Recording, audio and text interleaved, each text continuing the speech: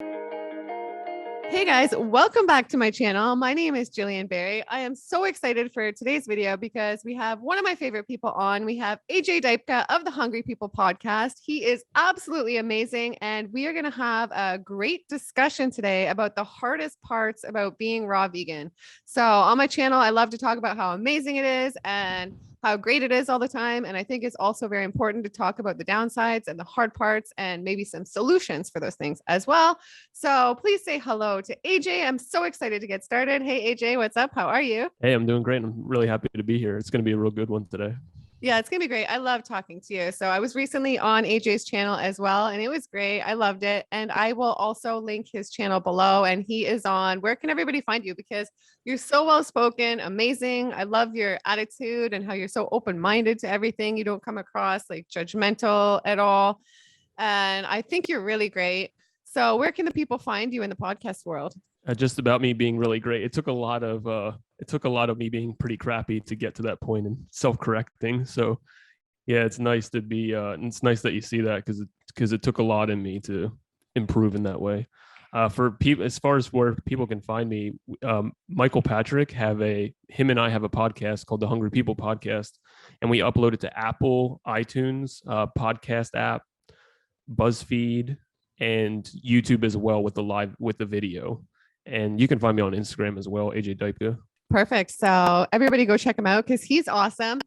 And I'm so excited to get started with this conversation today. Make sure you do subscribe to my channel if you haven't already. I love to post weekly content based around the raw vegan lifestyle. Like I said, like I say in my other videos, I'm a 5-year raw vegan. I absolutely thrive on it. And AJ also has experience with the raw vegan diet as well. So I'll just let you talk about that a little bit so they know our backgrounds before we talk about the hard part. Yeah, sure. So I was exposed to raw foods back in 2013 by Michael Arnstein, the guy who puts on the Woodstock Fruit Festival. He was an ultra runner, eating lots and lots of fruit. So I started doing that and started just feeling so much better. Eventually found Durian Rider and Freely, went vegan and was doing raw till 4 for a long time. And then I had some health challenges that required a little further action, a little more specific action. So I started doing mostly raw fruits, kind of leaning away from starches.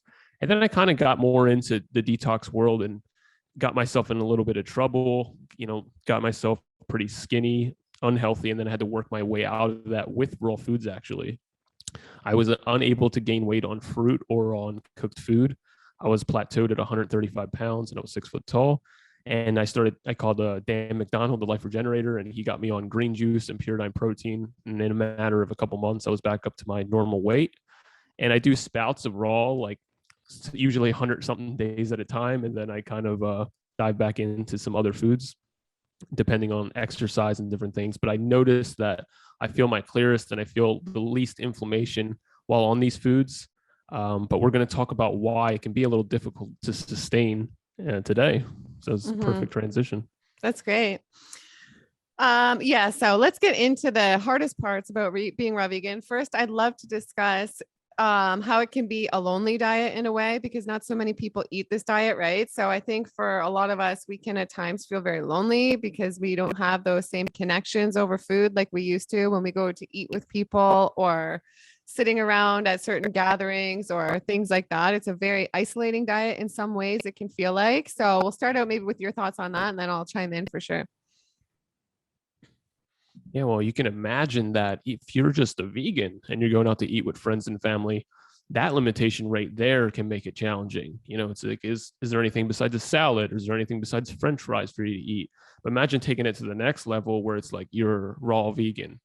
I would say it amplifies the challenge by at least 10 times. And the thing is, like, you might be willing to eat, they might have a salad, but usually raw vegans will also have a higher standard of quality. And it's like, you don't want to get some pesticide sprayed salad that has no avocado and no olives or something. So like your standards go up and then the restrictions also go up. So it becomes more and more limiting as to where you could even go out to eat with family.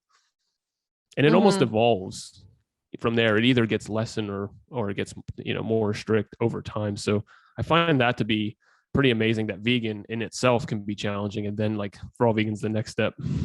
It is. It's the next level with the raw vegan, right? And I mean, there's not so many raw vegan restaurants. There is one amazing one near me. So fortunately I can still go out to eat there sometimes and connect with friends. But it's definitely the hardest part about being raw vegan for me. The the feeling isolated and lonely with it. I don't have one friend here in Toronto who eats this way. And I used to get dressed up, go to eat all the time. And it is something that I miss. But I mean, I think we have to find ways to sort of deal with it. And to me, it's still definitely worth eating this way. And I wouldn't go back to going out to eat, having wine and stuff like that just to connect with people. You know what I mean? Right. Well, I think it just depends on your priorities. Like for some people, they feel completely fine. Others, they feel that they need to eat a certain way. And I think that's a big factor. You know, if you feel so much better not going out to eat, it's going to encourage you a lot more, make it easier to not go out to eat. But also just for me, one of the things that I really like about not going out to eat is not spending the consistent money all the time. I remember spending hundreds of dollars a week, and that's without having any habits like smoking or drinking or marijuana. So like, but it's nice to be able to have a few restaurants that have some things you know are good, that you enjoy, that you can feel satisfied on maybe, and be able to do that every time you have a calling for it, because it can be really lonely. I mean, I don't have anyone that eats this way around me either. In my immediate, I have lots of friends and stuff, but we only meet up every so often. So yeah, I relate. It can definitely be a bit challenging. Yeah, I agree. And I think it's important, if you do like to go out to eat, that you still do make an effort to do that with people, even if it's not a raw restaurant. Sometimes I take my non-vegan friends to a great raw restaurant near me and they love it.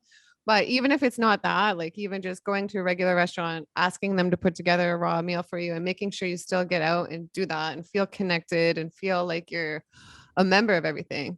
And a great thing I used to love to do, it's different because we're still dealing with like a worldwide pandemic. But I also used to love hosting these like raw dinner parties. Your co-host actually came down for one, Michael Patrick, to Toronto. I guess it was a couple of years ago now, before all this started. But I love hosting those too and introducing people to that. And it's still like a really social thing. You have these dinner parties where you can introduce people to all these raw gourmet foods and then also have cooked foods as well. So that's one thing I miss. Like I said, like the pandemic has also changed things for people too, especially for us raw vegans. But I mean, it is what it is. You have to look at the positives, I feel like too.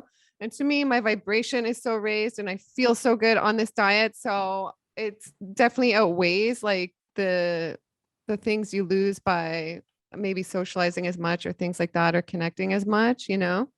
Yeah, and you can be limited you can be limited in certain areas of your life because of, let's say, this way of eating. But I've had an explosion of social gatherings and friends as a result of eating this way. You know, good examples, the Woodstock Fruit Festival, anywhere from 300 to 600 people that we have annually and get to see every year that do eat this way, that do eat lots of fruits and vegetables, all raw vegan event, lots of speakers. So that's one of the things that actually brought me more people into my life. And then you have other things, like there's a place called Arnold's Way that's not too far from me.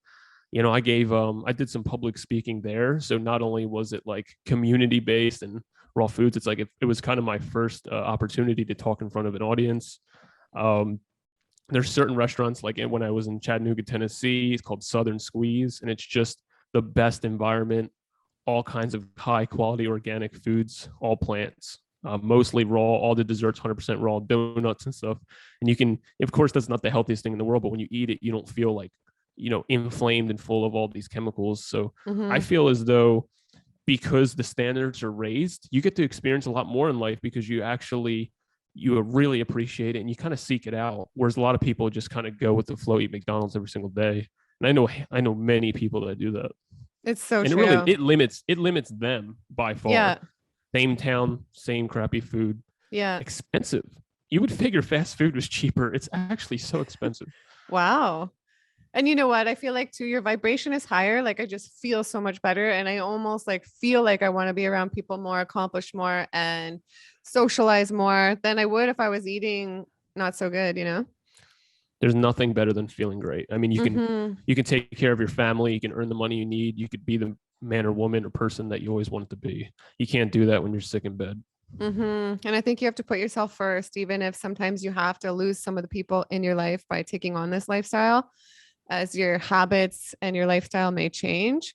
I think you have to put yourself first. And even if you have to go through a period of feeling lonely and isolated, I feel like your people will come and, like, not to say the cliche, but your tribe will come and, perhaps there's some isolating times, but that will change. Yeah. And let's say that sacrificed eating this way because you wanted to fit in with the people who were kind of against it, or just it didn't vibe right. Eventually they're not going to be around you anyway, just because you're sacrificing who you are. And that's just like, that's so limiting, And I feel as though, if anything, I feel people will respect you more over time, especially how you as an example, especially how much you succeed with it. Thank you. Yeah, I thrive on it. It's the best thing that's ever happened to me, for sure. And I've definitely lost a lot of friends on it.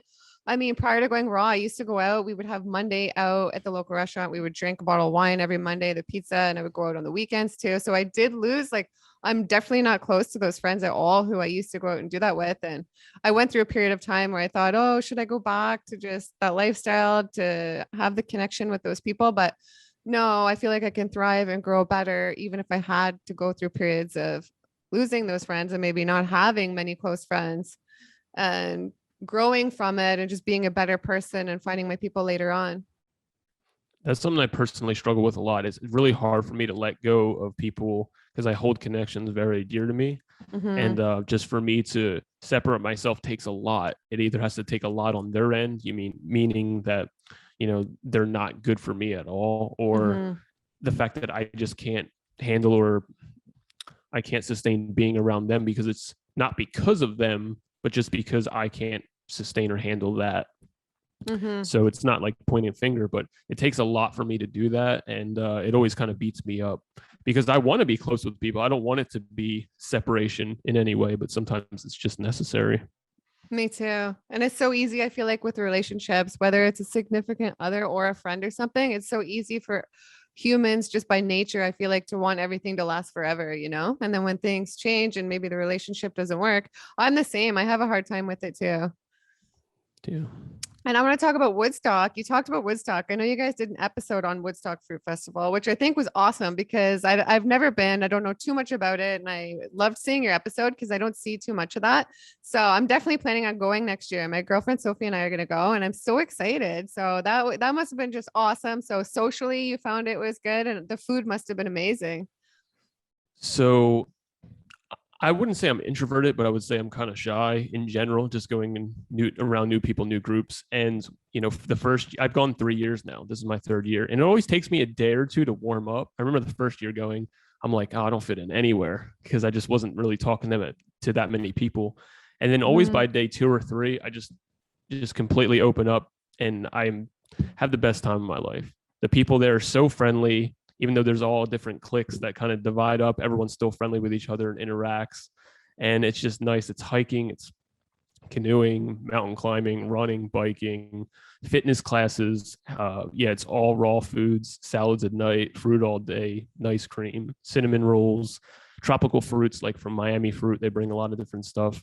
It's really the people that make it, And it's so funny, because whenever I go to Woodstock, it's the only time I want to eat, like more than ever, I want to eat cooked food. That's hilarious. Last 2019, when I went, we're all like 137 days, and I went to the festival. I'm like, as soon as I go home, I'm eating cooked food. Was the food's really fresh there though, right? And do they have a lot of gourmet meals, or is it mostly just like simple stuff? So the dinners are usually like a lot of like greens. That's all organic greens, zoodles, all those types of things, and then different dressings. So yeah, they're not doing like, meatloaf, raw vegan meatloaves or things like that, lasagnas. It's fruits all day for lunch, watermelons, papayas for breakfast and stuff. So it's not really gourmet at all. It's just I'm not really hippie-ish, and it makes me I don't know, when I'm around like lots of hippies, I'm almost like, I want to eat cooked food. I don't know what it is. Yeah. So you had some cooked food, right, at the Woodstock? I did this year. This is the first time I ever had it at Woodstock. I was talking with someone from Robert Morris's I ordered some herbs through Robert Morris's clinic. Yeah. And I was talking to the woman, and she was saying, how long have you been on fruit and stuff? And I was like, well, I eat cooked food at the Woodstock Fruit Festival. And she's like, so you go to a fruit festival and you eat cooked food? I'm like, happens every time. some That's reason. hilarious. I know. Well, you got to do what makes you happy, right? Yeah, but it goes back to the social thing as well. I mean, it was the social dynamic, and it was nice to be around people and get Mhm. food and eat and share that and do the fitness. And when you're alone, for me, it's so easy to do what's good for me or what feels good to me, including sleep and food, when I'm alone. As soon as you Mhm. add other people in, it becomes challenging. Mhm. Absolutely, definitely. I do want to say too, I mean, just to end off on the part of the raw vegan diet being hard, being lonely. I do want to say too, I think it's definitely worth the sacrifice. I mean, it's not really a sacrifice because you feel so amazing, but I think it's definitely worth it too, because even though you might feel a little bit lonely at times, you have to realize you're also inspiring so many people when you do this diet. I feel like, do you not feel like that? Yeah, I mean, people just know me for it. You like inspire so many people to change and just take on healthier habits, even if you're not 100% raw, even if you're just eating a lot more fruits and vegetables. It really inspires people. I did an episode with somebody from my channel where she did 30 days raw. She totally transformed, even like a lump under her breast, like shrink down next to nothing. It was Whoa. crazy. And she was saying, even she was a flight attendant at the time, and she was saying that, Jill, like, I can't believe I bring some fruits and veggies on the plane. Now, all these other people are asking me what I'm doing, saying they're going to go be healthier. And so, I mean, it's almost a greater calling than yourself, too, when you feel called to take on this lifestyle and you do it, because it definitely makes a big change in the world. I feel like even bigger than you might realize. Yeah, and my whole thing is I really want to inspire people that are eating raw vegan or more fruits and vegetables. I'm all about the greens. I feel like Mm-hmm. the fruit's so good for the calories and energy, but the minerals and the hydration and the satiation and the fatty acids and the amino acids from the greens, the salads, the green juice, that's really what got me to the where I want it to be. It's so much better. And that's I tout that. Like I think that cucumber juice and lemon ginger blast and salad, and it's just amazing. It's so nourishing. I It feel is. starved if I just do fruit, but if I add the greens in, even though the calories are low, it's like, wow, I'm so nourished. And that's how I gained weight. That's amazing. Yeah, you love your greens. I love greens too. I just had a green juice. They're so electric. And I I feel like saw, yeah. they just really take you to the next level. I don't know what it is with greens. They just take you to the next level, but you still feel like a functioning part of this world and part of this planet. And just I don't know. I can't explain it, but I love the greens. They're really There's something about powerful. it. Like, yeah, the minerals or something.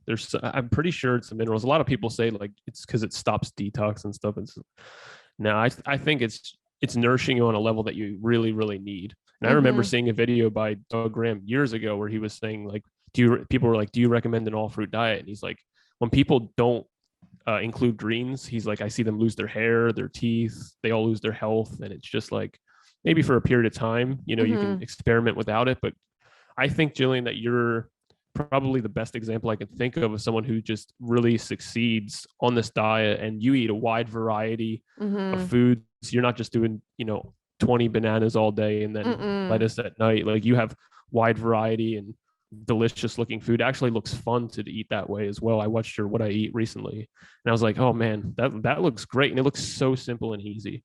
It is. I like easy and simple. I mean, if it's complicated, I stay away from it. So, but it's true. I love a variety. I love to do my mono cleanses sometimes when I do them. Like I recently did a grape cleanse.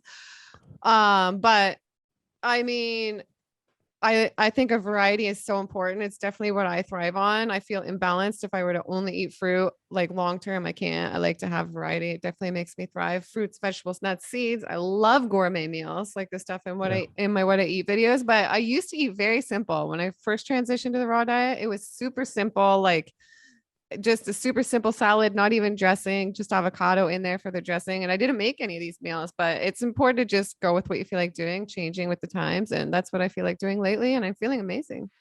Yeah. And I want to try that Alfredo. That looks Oh, incredible. it's unbelievable. It's so good. It's so good. So that'll be up there soon. If it's not already, I think it'll be up there soon. So for the next point, I would love to talk about another point. Something else that's hard for the raw vegan diet is people thinking this is the most expensive diet on earth. So this can be a very expensive diet, especially if you go somewhere like Whole Foods. And I mean, everything they have looks so fresh. It's easy to get carried away and just buy all these things. And then you go to the counter and your bill is absolutely ridiculous. You could have bought an iPad for that. So let's talk about that. What are your thoughts on that, AJ? What do you want to get started with? Oh man, I'm one of those people that spends probably more money than anybody on food. It's absolutely insane. I remember I had just moved out into Morristown, New Jersey 2 years ago, and it was like that's one of the most expensive areas in the United States and the best schools and things like that. And I was spending much more on food than I was my rent. And this is all combined: my rent, my car insurance, my gas, my phone bill, my electric bill. Like food was more than all of that. So it was very defeating in a way. Of course, I think that investing in food and investing in your health more importantly is worth every penny, especially if you feel good as a result. But it was kind of ridiculous how much I was spending. Mm-hmm. No, And you I feel think like you're just working to eat. And it's almost kind of like, man, you're kind of chasing your tail there. yeah, it can be. There's been a lot of times where I have found ways to do it for so much less, and I've created budget videos on that. And there are so many Right. ways to do it for less. So you definitely can do it for less, but it can be really expensive if you just go out there and buy everything you want. That's why I think it's really important that you have a plan each week when you go shopping. You find the stores that are cheaper because there's drastic difference if I go to Whole Foods versus this market downtown Toronto where I am, like drastic Mhm. difference. I'm talking like Right. $3 to $4 a mango at Whole Foods, 50 cents for a mango at the other place. So it definitely depends where you go to. So you do have to take some more time to search the right places and things like that. I feel like, and there are apps and stuff like that too. There's Flash Food here where you can get great discounts in bulk foods at the end of the day.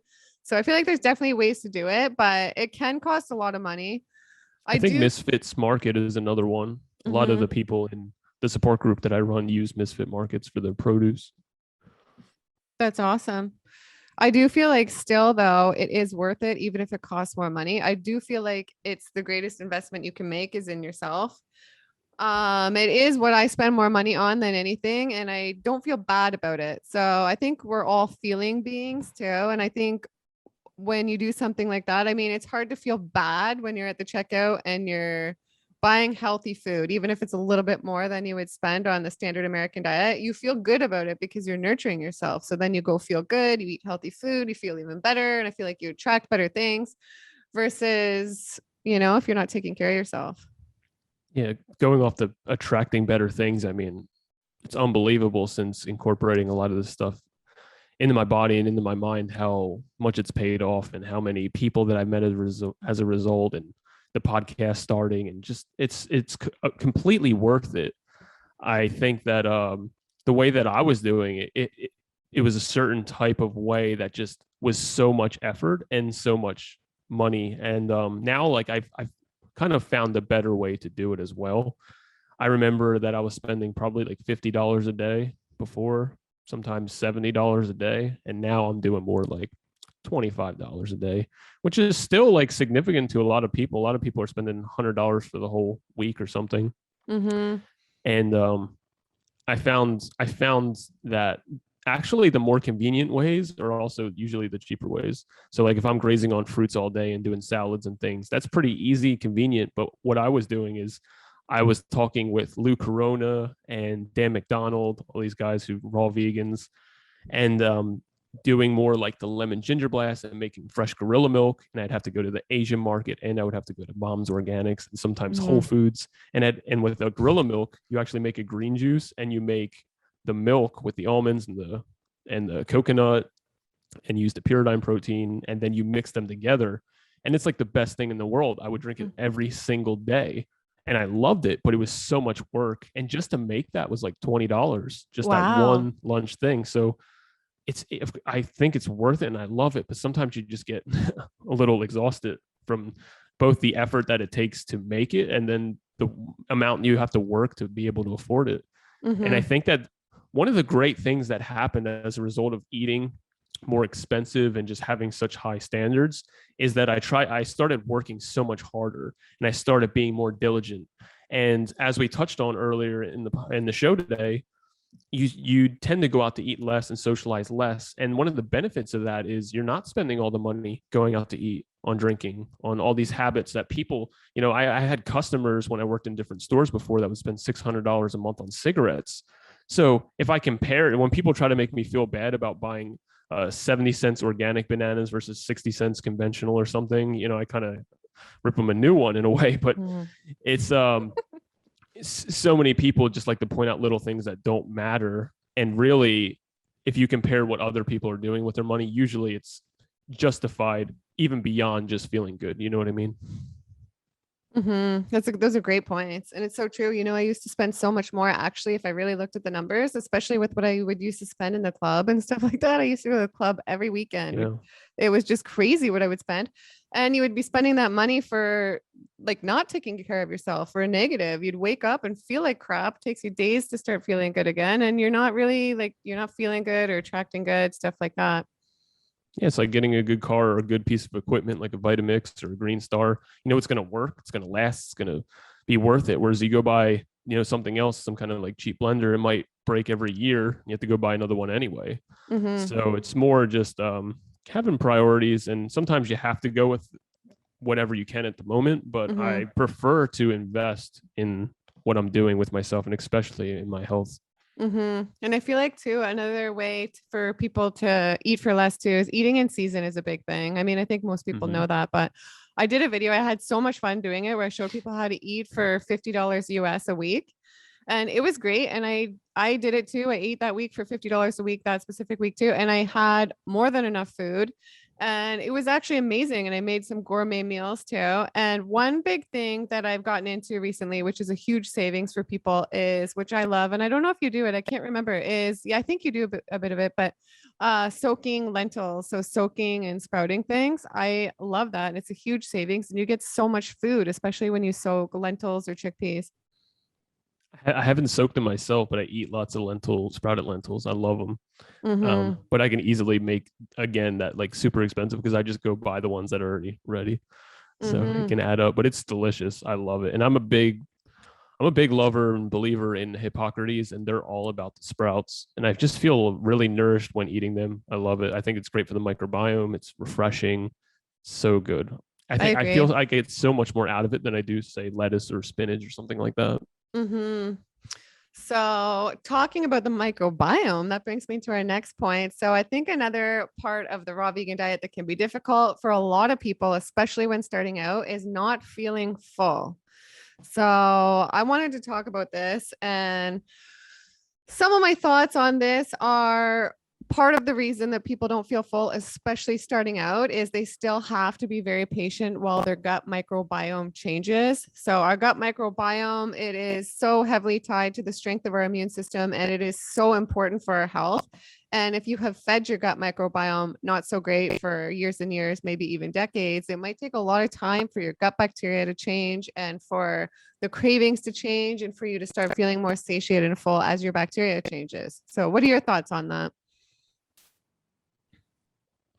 Yeah, I don't know how accurate I was on the last interview we did together, but that's why I kind of drew the line. I mean, I drew the conclusion that you were still incorporating lots of salads and fresh foods and smoothies, and then you made the transition to more vegan or raw vegan, and you kind of seen the results right away. And I think that's because you had some decent fed microbiome bacteria going on in your gut. Whereas with a lot of people, I feel like they're just eating like soda pop and soft pretzels and, breakfast sandwiches, and then they eat one fresh apple and they're like, oh, I felt like crap, I'm not going to eat that again. Apples are so I think good it's important. Yeah. And so I think it's important to realize that some people have a little bit better of a foundation than others. I know that regardless of the person, whether they're coming from the worst background ever or they're eating super clean, including the greens only usually benefits them, whether that's something like cucumber juice, green juice, salad, because it's so nourishing and hydrating, but it's also not going to give you any kind of blood sugar issues. Sugar does not cause diabetes, but it's still, if you have lots of fat, visceral fat and things like that, and fat in your blood, you could eat something really healthy like an apple and still have a blood sugar swing and then correlate it that fruit is bad. So I think that the ability to start adding in these foods really will add up over time, like an investment. Like one of the best things you could do is just starting eating 3 apples a day as part of a transition, and then doing like a salad at lunch. And I feel like that will be such a good foundation. Apples, they're so electric and so alive. And they're so good at fighting off bad bacteria. They're so refreshing. They clean your teeth. I They're such a remember high vibe food. They really they make you just are. feel so amazing. They're a good ratio of water to sugar too. I know that Mm-hmm. you still feel hydrated and you get a decent amount of calories as well. Plus, they're just refreshing. I love feeling clean and fresh. I remember watching Mike Arnstein, his talk at the Woodstock Fruit Festival. He was raw in jail. That's what the talk Oh, was called. wow. Yeah, it's called Oh, Eating Raw in wow. Prison. And Yeah. he So was he was eating able to like, stay raw in jail. yeah, so you get one piece of fruit every inmate. And he said that he would get his fruit, eat it, and he was training, and he would try to trade his chicken and things for other people's fruit. And eventually, he would just come back to his bed, or people would have like 30 apples on his bed and stuff. So he was running 15 miles a day in there, and he was eating mostly bananas and apples. Hmm. And he was coming out, he came out super fit. Hmm. Um, that's the thing, like It's good to know if I ever have to go to giving jail, I yourself can that, stay raw. Yeah. Let's yeah, hope not. just giving yourself that fuel. If you get Yeah. enough of it, which can be hard with apples, it's a lot of chewing and stuff. But if you can, you're going to be really feeling clean and lean and light. Hmm. And the gut microbiome, like to me, this is a big reason. That's why I wanted to touch on it on people not feeling full. And I think you really have to be patient. I know with Shane Sterling, he said it took him a couple years to even stop feeling bloated and for his gut to really change. So it can take a lot of time. And there's a lot of things that can affect the gut microbiome negatively, especially growing up. And if you have decades of not eating so great, I mean, processed foods, pesticides, antibiotic use, stress. It's even proven that trauma can really affect the gut microbiome. And maybe if you weren't in a position of having a natural childbirth or you weren't breastfed, which I wasn't breastfed. I mean, a lot of things can add up and affect the microbiome and especially pesticides and sprays and things like that. So I did reach Antibiotics. it. Yeah. Yeah. Antibiotics are a big one. Yeah. There's a lot of things. So, I mean, I think it's so important to just eat more plant foods to balance out your gut microbiome. And it can change. It's not your destiny if you get, like, I used to have a severe gluten allergy. I got rid of it from eating so many living fruits, vegetables, nuts, and seeds. So it can change. So I think definitely give it time, have some patience, make sure you're eating a great wide variety of plant foods. If you're on the raw vegan diet and you're not feeling full, give it time, maybe talk to a coach. And I mean, maybe it won't be for you, but definitely make sure you give it enough time to see if it is for you. Yeah. I think a few other things that I'd like to point out with not feeling full on a raw food diet. You have to remember a few things, like your stomach is going to expand if you're eating lots of volume now. You have to get kind of used to that. I know that's a big thing that a lot of raw food promoters will remind people of, because to get one sandwich, which is like 600 calories, you'd have to eat 6 bananas. And most people think they would never want to eat 6 bananas or 7 apples or whatever. So if you are trying to make that work, there is going to be an adjustment period. That being said, though, I find that the bigger issue is just the quality of food. And if you're eating fruit because it's healthy, but you don't find that it's tasting good, and you're avoiding other foods because they're bad, even though they're what your body's calling for, I don't think that's a healthy relationship with food. Yeah, in the beginning, I think it's healthy to be able to distinguish like cravings. There's a difference between like craving cheese, pizza, and French fries versus like something healthier. But a lot of the fruit quality is really bad, and people are eating unripe fruit. They're eating unripe bananas. That's going to sit like heavy in your gut. You need these fruits to be tasty. You need to enjoy it. If you're not Mm-hmm. enjoying it, that's a problem. And so many people are scared of fat on a raw food diet. They're not eating hemp seeds. They're not doing algae or greens, avocados, nuts. And I feel like that's really important, especially sustaining long term. So many people are trying to be fruitarian, and that's not good. And as well as there's people that are avoiding fruit because they don't want any of the sugar, and then they're not getting enough calories. So you got to Mm-hmm. keep some of these other things in mind. You need to drink proper amounts of water so that you can actually digest the food. If you put Mm-hmm. food in a dehydrated system, you're going to wreck your teeth and you're going to be constipated. And That's a sleep. Yeah, the hydration thing, that's a huge thing. Many people don't realize a lot of times if they're feeling hungry or they have cravings or they're feeling depressed or fatigued or bloated, a lot of times they're actually just dehydrated. I've even noticed that with me a couple times recently. I was feeling like hungry and grumpy and tired, and I mean, I simply just needed a lot of water, and then I drank a lot of water. I felt it go into me. I felt so much better and all those symptoms went away. Water is so important. Like even on a raw vegan diet, I feel like a lot of times it's so easy to not drink water because the foods in many cases are so hydrating, especially the fruits, but we still do need so much water from my experience. And I mean, our bodies are 60 to 70% water. Our brains are 80% water. I think it's a great point. It's so important.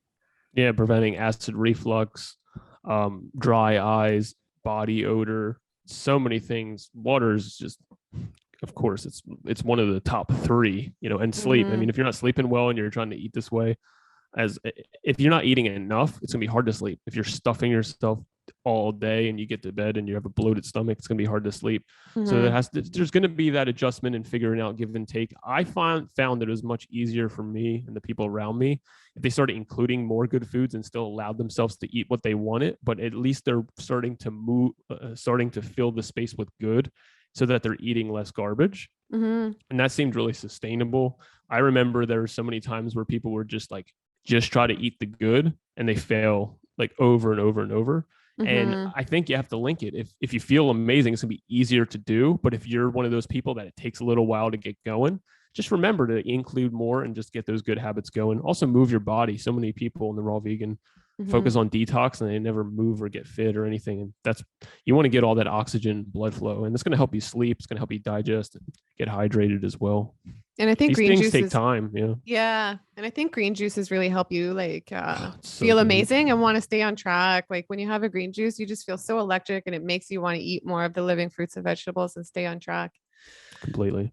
I think also with feeling full, it's important you definitely eat enough. I know a lot of people when they start out, they're not eating enough too. So definitely make sure you're eating enough. And I know for a lot of people, they do say it helps them eating when they eat the raw vegan protein sources with every meal they're eating. They say it helps a lot. And I know for me, I definitely feel more Great full point. when I'm eating more nuts and seeds, when I have more walnuts in my diet. And I know adding lentils into my diet a lot recently too, like soaked lentils, that helps big time. And you feel just so much more satiated and full.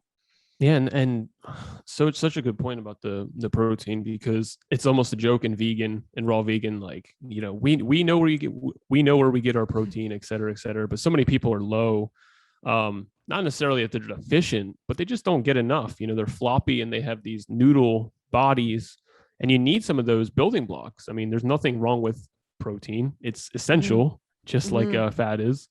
And Pyridine protein, I make a hummus out of it and I loved it, and that's what kind of helped me to gain the weight. It's easy to digest, but also supply me with what I needed. And that being said, I know both of us actually stand behind certain supplements, whereas a lot of people in raw veganism are more purist and all about nature, and they don't recommend any supplementation at all. And I am the opposite. I think that we live in such a time that we have all these tools and it's so worth it. We have so much benefit with these good supplements. There's plenty of garbage ones, but I really think that can be part of the transition, make it easier, because how many people are bloated because they're not used to all this fiber, and you can use something like enzymes to really keep digestion smooth and flowing and have an easier time. Definitely. I definitely believe in the supplements too. I think they're amazing. I use this all-in-one supplement like to get the B12 and zinc and all those needs, and I love it. It's amazing, and I definitely do believe I have some Pyridine products like the enzymes, the protein powders. I love them. I mean, I used to, when I started out, I was 100% natural, not supplementing, none of that, but I love having the supplements, and I just feel like I'm my healthiest. My B12 levels and things were low when I wasn't supplementing after a few years. So I went from being one of those vegans you're referring to, believing, oh, we should do it all natural, to now I Oh, don't. I And we was don't, too. Yeah. yeah, we don't live in a natural world. So I think I definitely believe in them now. It works for me. But then I'll see some people who don't supplement. And they're like, I haven't supplemented in 15 years. My blood works perfect. I feel great. So, I mean, Yeah. everyone is different. And I guess it does totally depend what you're consuming. But I think it's important to pay attention to supplements if you are doing this diet and not just ignore it, especially if you're going to do it long term. Yeah. And I think a good example, because there's always going to be outliers on both sides. Some people that really need the supplements and some people that really don't need them. And then you have the people in the middle. There's some kind of like, there's a certain amount of being reasonable. And a good example of that is taking minerals. One of the things I noticed the most, because I was so depleted, so lacking, was adding minerals to my diet. And then later I found out that they help the cell open and close to receive nutrients and to release waste. So when I started doing that, it's like my body actually was utilizing the food I was putting in. I'm spending all this money on food. How much of it's just passing through me, whether it's through my kidneys or my bowels? And it was just so necessary, you know? So we have these tools that can really get the best for our, get the best bang for our buck, whether it be probiotics. I remember Zach Bush, he's one of the guys I really like about the microbiome. He's like, every cell activity takes an enzyme, a bacteria, and a mineral, each function. And if you're low in one, it disrupts all of the other functions. And I just stand behind all that kind of stuff so much. And he doesn't sell any of those specific three. He was talking about how important they are.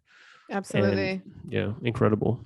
That's why we just need so many different things, and that's why I think, going back to the gut microbiome too, it's so important that you consume a variety of different plant foods. And like, really, when you go to the grocery store, pick up maybe some dandelion greens, which are so great for your gut, or some different things you wouldn't normally eat, rather than just sticking to the same thing all the time. It's so important for your gut health. And it's proven, like, the longest living, healthiest people have a diverse gut microbiome. And those that aren't as healthy and they're frail and full of more inflammation, they have a less diverse microbiome, gut microbiome. Completely agree. And that's why, like, I've heard physicians talk about, when you take antibiotics, you could be depressed for the following month for up to 6 months, because you've just disturbed your microbiome and you've destroyed it. So, so many functions, all the serotonin and dopamine are affected, and people aren't looking at that. They think that they're depressed because of XYZ, when really it's ABC. Absolutely. Exactly.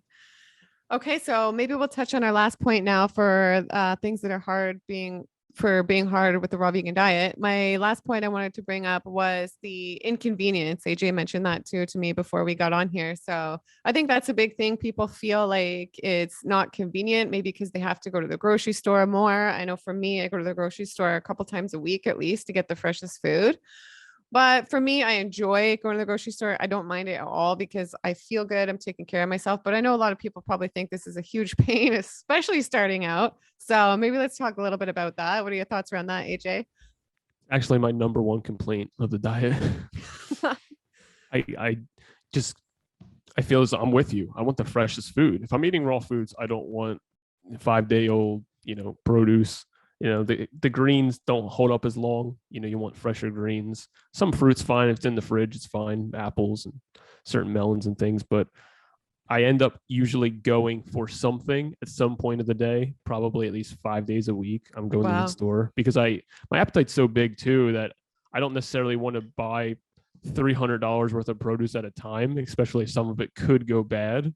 So I might spend, $80 at a time, or $100, but I'm going very often. And that's the thing, like, certain stores have really, really good lettuce and the best olives and amazing Ecuadorian avocados that taste like garlic infused with cayenne pepper.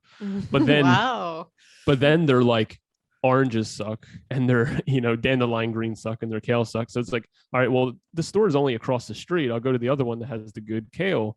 And then neither of them have they don't sell like water that's in glass. So it's like, all right, now I got to go do this thing. And I find myself always running around. And even if it is across the street, or even if I feel really good, I personally, for myself, need to get more efficient with it, because I'm always just running around, and I'm spending a lot of time doing it where I could be earning money, or just using the time I have off since I'm working so much to just relax and enjoy the food. So I need to get more efficient with myself. But I remember when I was doing that Pure protocol, the lemon ginger blast, the gorilla milk, and the salad, I was going to Mom's Organic, I was going to Whole Foods and the Asian markets, and I was having to go every 2 days because I can only fit so many coconuts in my fridge, and I'm using 3 a day. And it just becomes it becomes like a job. And I joke around a lot, but I'm semi-serious. Like, I really want to meet the woman of my dreams and make her my wife's, and hopefully she doesn't mind making me all this food. She will. Hopefully she loves to be in the kitchen, because she will. I will eat it. I will love drinking the gorilla milks and etc. But I'm so tired of going and doing it. Yeah, I get it. And I mean, if you're on the standard American diet, you can go once a week, maybe even once every 2 weeks, I think. Like, I used to go shopping once a week when I ate standard American, maybe even sometimes once every 2 weeks. But I mean, to Well, me, when you're on this diet, you literally just feel so good that you're in a happier mood. You don't mind going to the grocery store. So you might have to go a little more, right. but you're in a great mood and you're excited to be shopping versus if you're on the standard American diet, you're not feeling this good. Yeah. Well, I'm also not, that's personally for me because I do it in a certain way that doesn't really make sense. Whereas some people who are all vegan Yeah. are just like doing it more efficiently. Yeah. And I think, I mean, I I have think friends that go to the wholesaler and they're good for 2 weeks. wow. Yeah, I've never been good for 2 weeks. Yeah. I've never, but I mean, well, when I do cleanses, that's one thing I like about cleanses. Sometimes, I do mono fruit cleanses Mm-hmm. and I love it. And those are easy. You can stock up for like quite a while, depending on what type of fruit it is. Like when I did watermelons, I don't have to go get any for a while. I just buy a bunch and they're in my kitchen. So also I think Yeah, it's buying in nice when it's bulk. so simple. Yeah, that's why I like when it's simple. I love doing those now and then. You feel so good. It's so simple. It's so easy. So it kind of takes a break from having to go buy food often. And I think when people buy in bulk with certain things too, like I buy a lot of things in bulk, even online for my recipes, stuff like that. And you can buy like a lot of people buy their bananas in bulk, things like that. So there are ways Mm. around it. But I mean, at the end of the day, it is a bit more shopping for sure. Well, I've done raw where it's really simple and really cheap. I was $50 a week and I was doing a lot of bananas and making ice cream and making I seen that you're using the carob now. I love the I carob love the powder. It's carob. amazing for ice It's cream and stuff. Yeah, people have been telling me for years, like, because chocolate's a real stimulant for me. The raw cacao, Yeah. I love it, but it gives me this high every time. And then I can't sleep. I'm wired. And then, like, literally, I feel kind of depressed for a couple days coming off of it. I know a lot of people are like, Right. it's so good for you, the antioxidants, it's feeding your Right. bacteria and all this. And I ask all these other people, and they're like, no, I don't have any negatives from it, but I definitely do. I'm very sensitive to it. Yeah. So people have been recommending carob for years and say it tastes just like chocolate. And I got to say it does. I recommend it. If any of you do not want to consume chocolate, if you can consume chocolate and have no issues, great for you. But carob is great. So you eat carob as well? Yeah, back when I was doing lots of ice cream, I always did it with either a carob or just straight banana. But I had like a whole system in place to make really good ice cream because I'm like, I'm gonna eat this a lot. It needs to be like top tier. So I would wait till they were like perfectly ripe, and then I'd peel them right away, and then like I'd squeeze all the air out of the bag and put it in the freezer, and then I'd consume them after a certain amount of days so they didn't start to turn brown and things. And it was just amazing, so fresh and delicious. And then I'd usually add the carob powder and it is incredible. Ice creams are delicious. They're one of my favorite things. They're so good. Yeah. I Yeah. yeah, I hope I wasn't painting a picture like this diet has to be really complicated and hard and going to the store. It's just that usually the ways that I do it aren't the most efficient, but it's been a lot easier recently. Like I've just found myself, I was at the store, I was at work actually the other day and I was driving by a farmer's market and I went by and I got some watermelons and they're like the best ones I've had all year. And they had like cucumbers and tomatoes and they're actually not sprayed. So it can definitely be easier, but yeah, I tended to make it a little more work than it has to be. Definitely. Well, I think we've covered on everything I wanted to talk about and everything we wanted to talk about. If there's anything else you can think of, I mean, definitely feel free to share it right now. Yeah, I think that you just have to weigh your priorities. I know you said, Gillian, that like standard American can be easier, but even like eating more frozen foods, whether it be vegetables or fruits or making smoothies, like all these things can be so simple and easy. Like it's really convenient and efficient. You can definitely make anything more complicated. Whether I'm eating cooked or raw, I'm still going to the store all the time. So it's not necessarily just a raw thing because then I'm also wanting to go to restaurants and pick up and make recipes.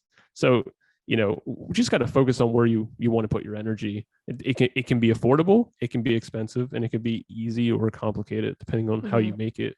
But it's definitely worth feeling good. There's nothing better of an investment for me. I will choose feeling good every time because I can show up and be the person that I want to be, and that's what's important. That's why I do this diet because I feel so good. Like even when I first started doing it the first day, I was like, oh my God, this is how everybody should feel, right? So feeling good, I mean, is you and yourself and feeling good and taking care of yourself is worth any of the negatives that may come along with this diet. And any of the negatives, I mean, there are solutions to those and it only gets better the longer you do it. And I think one of the solutions too, which I think is really good, which I shared in one of my videos, but when you're trying to keep it simple, trying to keep it on a budget. I know your gut microbiome thrives on a variety of foods, but maybe one week just try and stick to a couple different meals, not have like different meals every day, different meal, lunch, dinner. Just try to stick to a couple different meals. And then the next week, switch it up. That's also super good for your budget. And it just makes things a lot easier and simple. Having the staples is fundamental. Mm-hmm. You need to have your staples, because if you don't know what you're going to eat, you're going to eat what you used to eat. Absolutely. Definitely. And so many people say that this diet's limiting, but I've had more variety in my whole life eating vegan or raw vegan compared to, I used to just eat pizza, hamburgers, and chicken nuggets. Yeah. So that wasn't variety. This is variety. Me too. Me too. I mean, with everything I've learned about the gut microbiome, I've been studying it lately. I don't know how, like I used to eat a lot like that too. Pasta, pizza, bagels. I don't know how, well, I did run into issues. I got autoimmune problems and stuff, but sometimes I just wonder, it just shows you our bodies can just handle so much, because some people are in their 70s just not eating any plant foods. But I mean, you're not thriving, right? I mean, in most cases. Well, this has been so amazing talking to you. I've loved having you on. I think we have great discussions and we totally vibe. So it therefore creates a wonderful conversation. And I do hope you guys have enjoyed it as well. I plan on having AJ back on the channel, and definitely go check him out on the Hungry People podcast, because he is amazing on there. And we will see you guys in the next video. Bye.